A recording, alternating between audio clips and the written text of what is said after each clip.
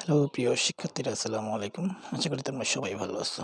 তো আমি তোমাদেরকে আজকে তোমাদের গণিত বইয়ের দ্বিতীয় অধ্যায় দৈনন্দিন কাজে বাস্তব সংখ্যা, এই অধ্যায়ের 2627 পৃষ্ঠার যে সমস্যা রয়েছে তার সমাধান করে দেবো এই ভিডিওতে। আশা করি তোমরা সবাই সঙ্গে থাকবে। তো দেখো, এই অধ্যায়ে আমরা কি শিখব।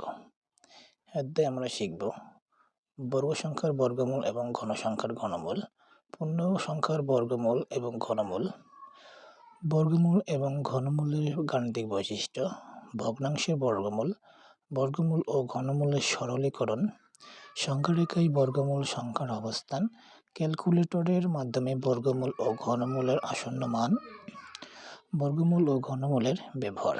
তো দেখো আমাদের এই অধ্যায়ে কি বলা হয়েছে। দেখো, প্রতিদিন নানা কাজে আমরা বিভিন্ন রকম সংখ্যা ব্যবহার করি। তোমরা শ্রেণীতে বা শিক্ষা প্রতিষ্ঠানে কতজন শিক্ষার্থী আছে, শ্রেণীকক্ষে কতগুলো জানালা আছে, এই ধরনের গণনার সঙ্গে পূর্ণ সংখ্যা সম্পর্কিত থাকে। তার মানে হচ্ছে শিক্ষা প্রতিষ্ঠানে কতজন শিক্ষার্থী আছে, 150, 200, 300 যাই হোক, সেগুলো হচ্ছে পূর্ণ সংখ্যা। শ্রেণীকক্ষে কতগুলো জানালা আছে, 100, 150, 80, 50, এগুলো হচ্ছে কি পূর্ণ সংখ্যা।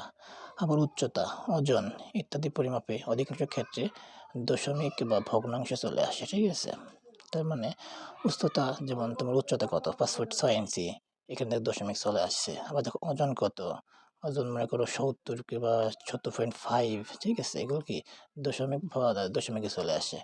আর কখনো অনেক বিশাল সংখ্যা হলে সূচকের মাধ্যমেও প্রকাশ করা হয়। ঠিক আছে, এগুলো আমরা কি সপ্তম শ্রেণীতে শিখেছি। তোমরা ভগ্নাংশ, দশমিক এবং সূচকের সঙ্গে আগেই পরিচিত আছো। এগুলো তোমাদের সবই সপ্তম শ্রেণীতে তোমরা শিখেছ। যেমন 1/2, 2/3, 5/4, এগুলো কি, এগুলো এক একটি ভগ্নাংশ। ঠিক আছে, ইত্যাদি ভগ্নাংশ আকার। আবার ধরো 0.25, 3.33, 5.2555, এগুলো কি এক একটি দশমিক আকার। আবার ধরো 4 এর উপর পাওয়ার হিসেবে আছে 10। ঠিক আছে, তার মানে এখানে ভিত্তি 5 আর আছে ঘাত আছে 10, এইগুলো হচ্ছে সূচকীয় আকার। এই ধরনের সংখ্যা মূলত সংখ্যা। ঠিক আছে, তবে এখানে তো বলা হচ্ছে যে এই যে দশমিক ভগ্নাংশ, এই যে দশমিক সংখ্যা, এই যে পূর্ণ সংখ্যা, এগুলো সবই কি মূলদ সংখ্যা। এছাড়া অসংখ্য অমূলদ সংখ্যা রয়েছে। এ অভিজ্ঞতায় আমরা মূলদ সংখ্যা ছাড়াও অমূলদ সংখ্যার সঙ্গে পরিচিত হব। বাস্তব জীবনে ব্যবহৃত এই সকল সংখ্যাকে আমরা বাস্তব সংখ্যা, ইংরেজিতে রিয়েল নাম্বার বলি। এই শিক্ষণ অভিজ্ঞতায় আমরা বিভিন্ন রকম বাস্তব সংখ্যা ও তাদের বৈশিষ্ট্য সম্পর্কে জানব। দেখো, এখানে ভাগাভাগির খেলা। সংখ্যার ভাগ আমাদের দৈনন্দিন কাজের সঙ্গে অদ্ভুতভাবে জড়িত। যেমন 6টি রুটি 2 জনে ভাগ করে খাওয়া, 100 টাকা 5 জনে ভাগ করে নেওয়া, 2 বিঘা জমি 3 ভাই বোনের মধ্যে ভাগ করা ইত্যাদি। এইসব ভাগের ক্ষেত্রে আমরা কখনো সহজেই করতে পারি, আবার কখনো বেশ সমস্যায় পড়তে হয়। এই অভিজ্ঞতার মাধ্যমে আমরা বিষয়টি বোঝার চেষ্টা করব। আচ্ছা, মনে করো তোমরা বন্ধুরা মিলে টিফিনের সময় দোকান থেকে খাবার কিনে এগুলো একসঙ্গে খাও এবং সমান ভাগে বিল পরিশোধ করো, যা আমরা আমাদের বন্ধুদের সাথে করে থাকি। বিভিন্ন দিনে বন্ধুদের সংখ্যা এবং খাবারের খরচ নিতে দেওয়া হলো ছক 2.1 পূরণ করো। দেখো, ছকটিকে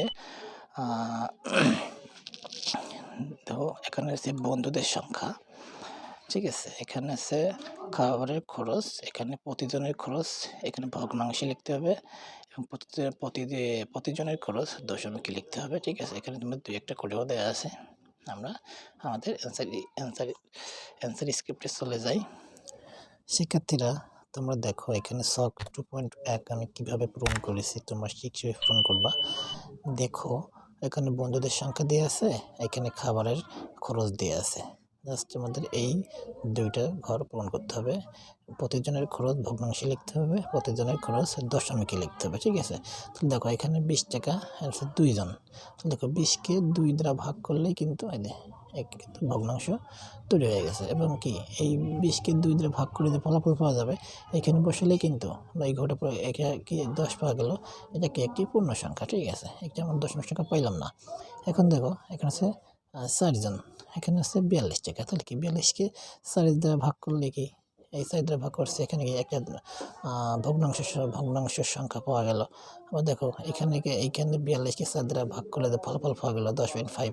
এখানে দেখো আমরা একটা দশমিক সংখ্যা পাইলাম। এইভাবে দেখো 4 জন বন্ধু 41 টাকা। তাহলে দেখো 41কে 4 দ্বারা ভাগ করছি, দশমিক সংখ্যা হয়ে গেছে, সরি এটা ভগ্নাংশ হয়ে গেল। এবার দেখো এখানে যে ফলাফল পাওয়া যাবে 10.5। এইরকমভাবে দেখো প্রত্যেকটি আমি তাই করছি। তো দেখো তোমার 41কে 4 দ্বারা ভাগ করছি, তারপরে দেখো 54কে 5 দ্বারা ভাগ করছি, 32কে 3 দ্বারা, 42কে 3 দ্বারা, তারপরে দেখো 55কে 6 দ্বারা, 60কে 7 দ্বারা ভাগ করে, এবং সবগুলোই দেখো একটা সবগুলোই ঘরে কি একটা ভগ্নাংশ সংখ্যা আমরা পেয়েছি। এবং এইগুলো কি সবগুলো যে ফলাফল পেয়েছি, দেখো এইখানে দেখো একটা পূর্ণ সংখ্যা পেয়েছি। আবার দেখো এইখানে এটা দশমিক সংখ্যা পেয়েছি, এখানে দশমিক সংখ্যা পেয়েছি। এখন এইগুলো কিন্তু দশমিক সংখ্যা, কিন্তু এইগুলোকে বলা হয় অসীম দশমিক সংখ্যা। ঠিক আছে, আবার দেখো এই এই এই এই দশমিক সংখ্যাটাও একটি অসীম দশমিক সংখ্যা। আবার এই দশমিক সংখ্যাটাও একটি অসীম দশমিক সংখ্যা। কারণ কি দেখো তখন তোমরা দেখবা যে দশমিকের পরে অনেকগুলো সংখ্যা আছে, আসতেছে সেই যাচ্ছে। তাহলে এইসব সংখ্যাকে বলা হয় অসীম দশমিক সংখ্যা। ঠিক আছে, আবার দেখুন মনে করো দশমিকের পরে যখন একটা সংখ্যা, এই দশমিকের পরে যখন একটি সংখ্যা একটি অঙ্ক দ্বারা শেষ হয়ে যায়, তখন তাকে বলা হয় সসীম দশমিক সংখ্যা। তার মানে কি এটা একটা সসীম দশমিক সংখ্যা, এইটা একটা সসীম দশমিক সংখ্যা। ঠিক আছে, তাহলে আমরা এই থেকে কি শিখলাম? আমরা 3 নম্বর থেকে তোমার পূর্ণ সংখ্যা, তারপর হচ্ছে সসীম দশমিক সংখ্যা, অসীম দশমিক সংখ্যা। ঠিক আছে, এখন দেখো এখানে আমি লিখেছি পূর্ণ সংখ্যা কাকে বলে। শূন্য সহ সকল ধনাত্মক ও ঋণাত্মক সংখ্যাকে পূর্ণ সংখ্যা বলে। যেমন -5, -4, -3, -2, -1, 0। আবার দেখো 1, 2, 3, 4, 5 এই সবগুলোই কি একটি পূর্ণ সংখ্যা। ঠিক আছে, তাহলে দেখো আমি নিচের দিকে যাই। দেখো উপরের ছকটি পূরণ করতে গিয়ে তোমরা কি পর্যবেক্ষণ করলে তা নিচে লিখে রাখো। তাহলে আমরা এখানে লিখতে পারি কি এই বক্সটিতে, উপরের ছকটি পূরণ করতে গিয়ে আমি পর্যবেক্ষণ করলাম এই যে ভগ্নাংশগুলিকে দশমিকে রূপান্তর করার সময় কখনো পূর্ণ সংখ্যা হয়েছে, আবার কখনো দশমিক সংখ্যা হয়েছে, আবার কখনো দশমিক বিন্দুর পর অঙ্ক শেষই হচ্ছে না। ঠিক আছে, তার মানে কি দেখো এই যে এই যে একটা পূর্ণ সংখ্যা, এই যে একটা দশমিক সংখ্যা, এই যে একটা তোমার অসীম দশমিক সংখ্যা। দেখো দশমিকের পরে অঙ্ক দেখো 666 করে চলেই গেছে। ঠিক আছে, তারপরে দেখো এখন দেখো আমি এখানে 1 নম্বরে দিয়েছি সসীম দশমিক সংখ্যা। মানে সসীম দশমিক সংখ্যা কাকে বলে? দেখো যে সকল সংখ্যায় দশমিক বিন্দুর পর অঙ্ক শেষ হয়ে যায় তাকে সসীম দশমিক সংখ্যা বলে। যেমন 1.5, 2.5, 3.5, 3.6, 3.8 ইত্যাদি। ঠিক আছে, তার মানে কি দেখো এই যে 10.8। ঠিক আছে, তারপরে দেখো তোমার 10.5 এগুলো কি সসীম দশমিক সংখ্যা। তারপরে আবার দেখো অসীম দশমিক সংখ্যা। যেসব সংখ্যায় দশমিক বিন্দুর পর অঙ্ক শেষ হয় না তাকে অসীম দশমিক সংখ্যা বলে। যেমন মনে করো 10.66 তারপরে ডট চলেই গেল, তারপরে 3.555 ডট চলেই গেল, এগুলো কি বলা হয় অসীম দশমিক সংখ্যা। তার মানে কি এইগুলো হচ্ছে আমাদের অসীম দশমিক সংখ্যা, এগুলো হচ্ছে অসীম দশমিক সংখ্যা। ঠিক আছে, আবার দেখো 3 নম্বরে আমি দিয়েছি যে আবৃত্ত বা পৌনঃপুনিক দশমিক সংখ্যা কাকে বলে। কোনো অসীম দশমিক সংখ্যার দশমিকের পরে এক বা একাধিক অঙ্কের পুনরাবৃত্তি হলে বা তা আবৃত্ত বা পৌনঃপুনিক দশমিক সংখ্যা বলে। যেমন দেখো 5.676767 তারপরে 1.272727 মানে কি এখানে বলা হয়েছে কি এইটাকে একটি অসীম দশমিক সংখ্যা। ঠিক আছে, একই অসীম দশমিক সংখ্যা।